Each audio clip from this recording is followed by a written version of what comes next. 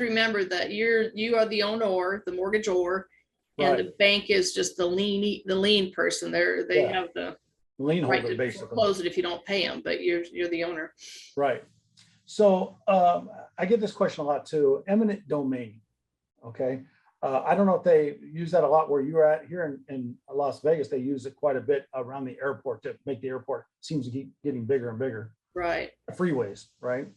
But eminent domain is a government process that where they take possession of a property for the public good, as they call it.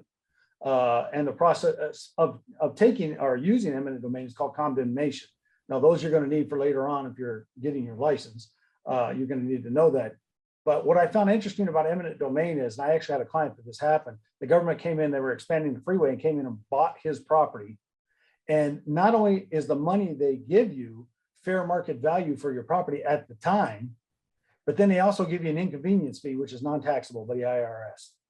That's at least they're doing something nice. Yeah, I actually had to look it up because I couldn't believe it. Right. It's in the IRS publication that the convenience fee is not taxable. So it was pretty interesting.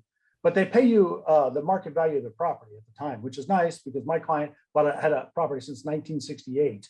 And this was probably 10 years ago. So his property was significantly increased in value. Does this happen a lot where you're at? Not a whole lot. I think we'll be seeing it soon. I'm here in Mesquite, and so, to the north of us, we have Lincoln County, which is a different county. We have, directly to the east of us is another state, is Arizona, and directly to the south, and actually southwest is, the state of Nevada. So we have so much with us, and we have purchased land, the city purchased land, but as we're expanding, and I think we're seeing more housing coming into our area, where they are going to be putting a few more roads and so forth to the north of us. And I think that they're going to be, like I said, encroaching on something, not encroaching, but they're going to be needing some of this property that these people have, and we'll be buying them out. They did do that once when they widened the freeway, because the freeway goes right through Mesquite.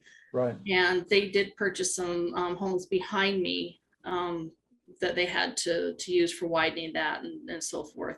Right. And they offered, like I said, they offered them, market price at the time. And right, exactly. People don't realize that too, because even, we're out here in the desert, and there's a lot of land around us, but you'll have communities where, oh, we're going to build the city says, and we're going to widen the roads or something, but sometimes they need it to expand community buildings and, for the city and things like that.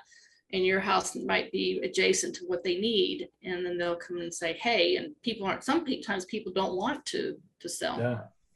But you're going to they're going to take it. So you might as well take their offer and be nice. It seems like it always happens to people that don't want it instead of us people who do want it. Well, you do see those pictures, like in the larger cities, Chicago, New York, where you have, 60-story high rises, and a little craftsman house stuck in the middle of them because that person has refused to sell. But it happens, Yeah. So, okay, in this class, one of the questions was about alienation and an alienation clause. Is that the same? So alienation is just a transfer of ownership in a property. You're alienating the old owner and transferring to the new owner, basically. But an alienation clause refers to the clause in a contract that states when you pay off your property or you sell it, in this case, the first mortgage has to be paid off. So it's usually, I don't know of any mortgages I've heard, with the exception of possibly VA, but generally hardly any mortgages anymore are assumable with a new buyer, because they all have an alienation clause. Right. Yeah.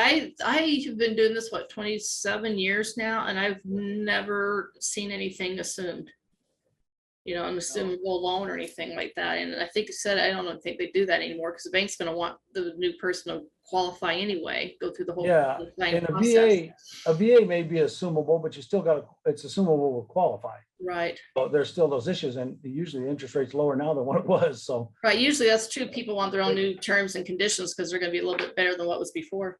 Right.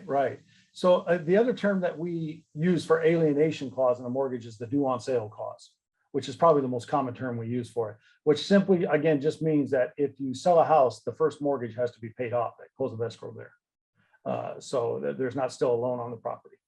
And that's usually, I hate to sorry for interrupting. Right. And that's usually good too, if somebody is carrying the note themselves, to make sure that you have that due on sale clause. Yeah.